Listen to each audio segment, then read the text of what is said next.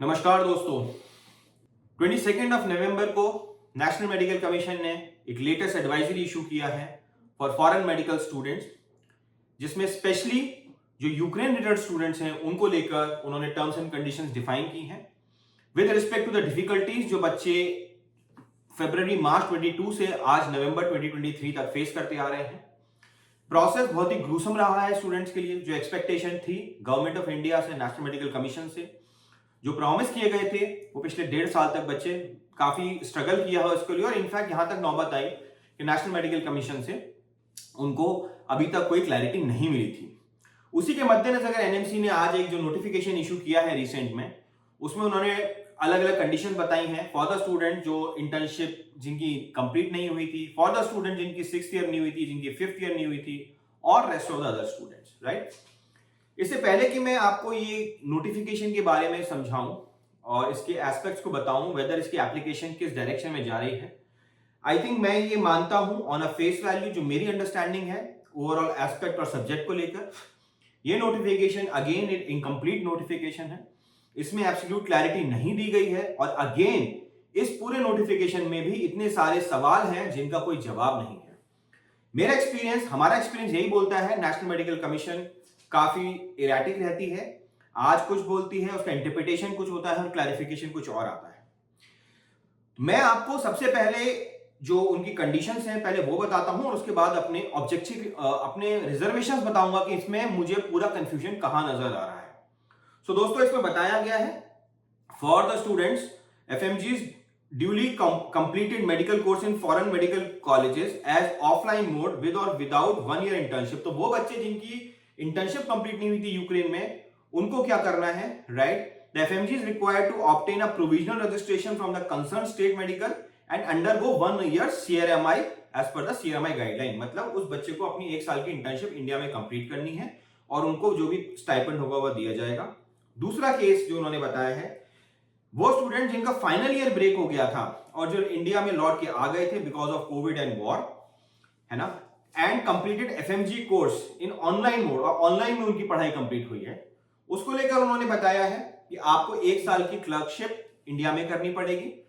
उसके बाद कंप्लीट होने के बाद आपको उसमें जो भी क्लर्कशिप का फीस है 5000 पर आपको पर मंथ देना पड़ेगा, और 1 सक्सेसफुल ईयर ऑफ क्लर्कशिप जिसको वेरीफाई किया जाएगा, उसके बाद आपको 1 साल की सीआरएमआई इंटर्नशिप के थ्रू अंडरगो करना पड़ेगा, राइट। और थर्ड कंडीशन यहां पे आती है फॉर द स्टूडेंट जिनकी पढ़ाई उससे पहले दैट इज 5th ईयर में, प्री अल्टीमेट ईयर में छूट गई थी और वो ऑनलाइन एजुकेशन कर रहे थे। उस केस में बाकी कंडीशन सेम रहेंगी, लेकिन उनको अपना एफएमजी क्लियर करके, ये सारी जो भी कंडीशंस हैं आफ्टर एफएमजी एग्जाम क्लियर करने के बाद ही हैं, 2 साल की क्लर्कशिप करनी पड़ेगी, 1 साल की इंटर्नशिप करनी पड़ेगी। दैट मींस आपको अपनी 6th ईयर की यूक्रेन की एजुकेशन, उसके बाद 3 years in form of 2 year of clerkship और 1 साल की इंटर्नशिप यहां पे करनी पड़ेगी। और फाइनली जो पॉइंट है, उन्होंने बोला allowing FMG from Ukraine to continue the study from different country except India. बाकी के जो स्टूडेंट्स हैं या जो रेफरेंसेस ड्रॉ नहीं हुए हैं, उनको वो लोग कहते हैं कि हम आपको माइग्रेट करने की परमिशन देते हैं for transfer migration mobility which is available for 3 months। मतलब एज ऑन डेट 22 तारीख से लेकर 3 महीने तक हम आपको परमिशन दे रहे हैं, 3 महीने के अंदर करिए। दोस्तों, प्रॉब्लम कहां है इसमें? ऑन अ फेस वैल्यू तो सब कुछ बहुत अच्छा नजर आ रहा है, it looks like a welcoming step. तो पहली बात तो मैं वेलकमिंग स्टेप पे बता दूं कि एनएमसी का कोई ओवरनाइट चेंज ऑफ हार्ट नहीं हुआ है। स्टूडेंट्स ने बहुत मेहनत की है, स्टूडेंट्स ने धक्के खाए हैं from pillar to post since so many months they are running. They've been meeting many people, they've been meeting bureaucrats, they're meeting multiple circles, influence, center of influences। बच्चे मिनिस्ट्री ऑफ एक्सटर्नल अफेयर्स में मिले हैं, बच्चे health ministry में मिले हैं। In fact surprising बात तो ये रही कि हेल्थ मिनिस्ट्री को नहीं पता था कि जो फर्स्ट ईयर के बच्चे हैं, क्योंकि इसमें जो मेजर बच्चा सफर कर रहा है वो कर रहा है जिसने अपना एडमिशन लेटर, जिसका एफएमजी रेगुलेशन से पहले 18 नवंबर से पहले आ गया था, लेकिन उसने फ्लाई 18 नवंबर के बाद किया था। और एफएमजी रेगुलेशन ये कहता है, जो उसकी कंडीशंस कहती है कि अगर आप एफएमजी रेगुलेशन के अंदर आ जाते हैं तो आप ट्रांसफर नहीं ले सकते। अब वो बच्चा जो ट्रांसफर नहीं ले सकता, ये जो बीच में फंसा, और एक बच्चा नहीं, ये हजारों बच्चे हैं, राइट, जो बच्चे स्ट्रगल कर रहे हैं, कोर्ट केसेस में एनएमसी के साथ जा रहे हैं, अगेंस्ट जा रहे हैं। और एनएमसी कोर्ट में क्या बोलता है, सुप्रीम कोर्ट में हम सबने देखा था last year, these are ordinary students, right? They are substandard student with substandard scores, इसीलिए हम इनके लिए we are not very confident about the students, जिसको लेकर फिर एफिडेविट में कम से कम 150 से 200 बच्चों ने अपने नीट के स्कोर कार्ड अटैच किए थे to prove no we are not substandard students. So this is not a change of heart of NMC. ये जो भी पूरा एफर्ट हुआ है, ये हुआ है हेल्थ मिनिस्ट्री के डायरेक्शन के अंदर। इसमें हेल्थ मिनिस्टर मिस्टर मांडविया ने बहुत ही कंस्ट्रक्टिव रोल प्ले किया है। इनफैक्ट वो पर्सनली इस इशू को लेकर, यूक्रेन वाले इशू को लेकर, बच्चों के कॉज को लेकर जब बच्चों से कई बार मिले, उन्होंने एनएमसी में रिक्वेस्ट किया और एनएमसी में उन्होंने अपना इंटरवेंशन दिया कि इसको लेकर हमें कुछ करना चाहिए। लेकिन अब आती है बड़ी कंडीशन, प्रॉब्लम कहां पे आती है दोस्तों?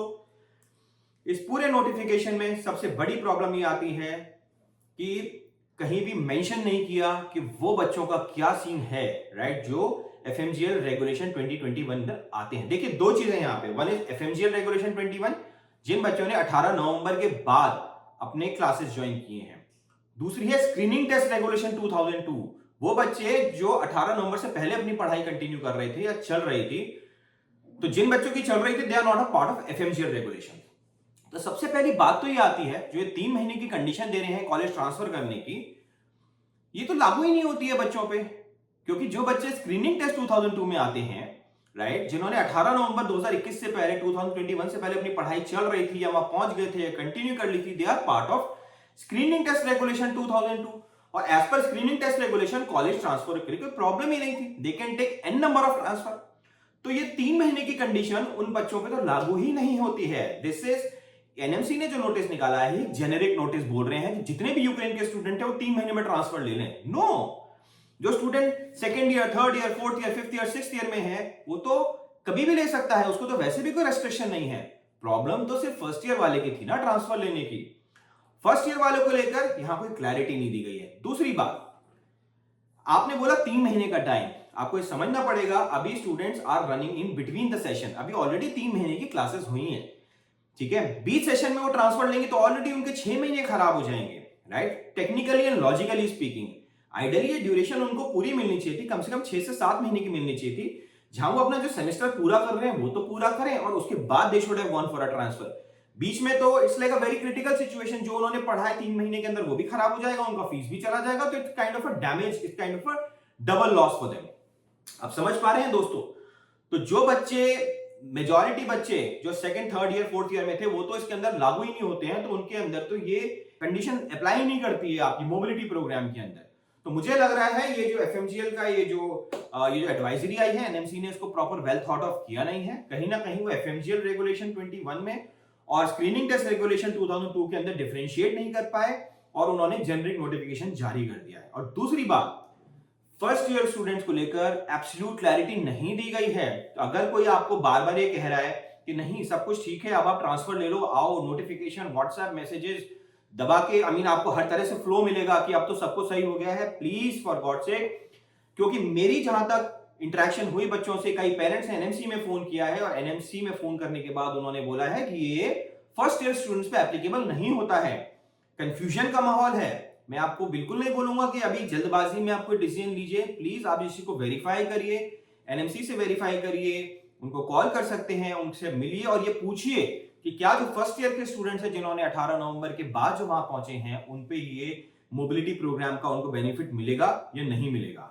फाइनली दोस्तों, अगर आप ट्रांसफर लेने का सोच भी रहे हैं, आपको बहुत ज्यादा कॉशियस रहने की जरूरत है, कहीं ऐसा ना हो आप आसमान से गिर के खजूर में अटक जाए। कहावत है, ऑलरेडी आप लोगों ने इतना सफर किया है, फाइनेंशियल, साइकोलॉजिकल, इमोशनल, हर तरह का आपने स्ट्रेस झेला है, क्योंकि एफएमजीएल रेगुलेशन 21 बहुत कॉम्प्लेक्स कंडीशंस प्रेजेंट करती है।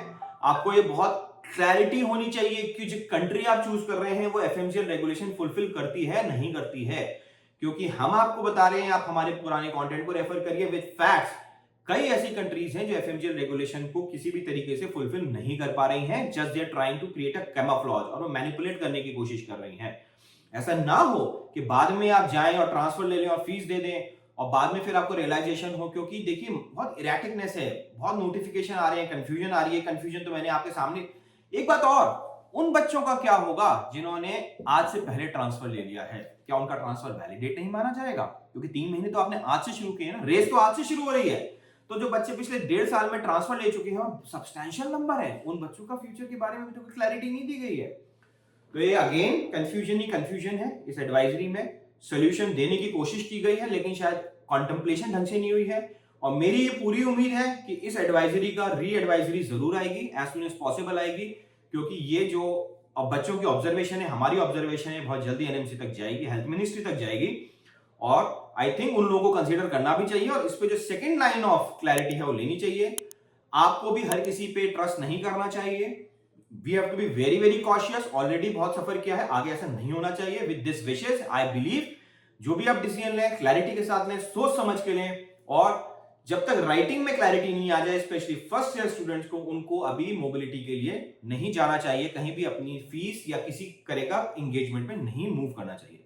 Thank you guys, thank you very much. I wish you take a judicious call and a informed decision. Thank you very much.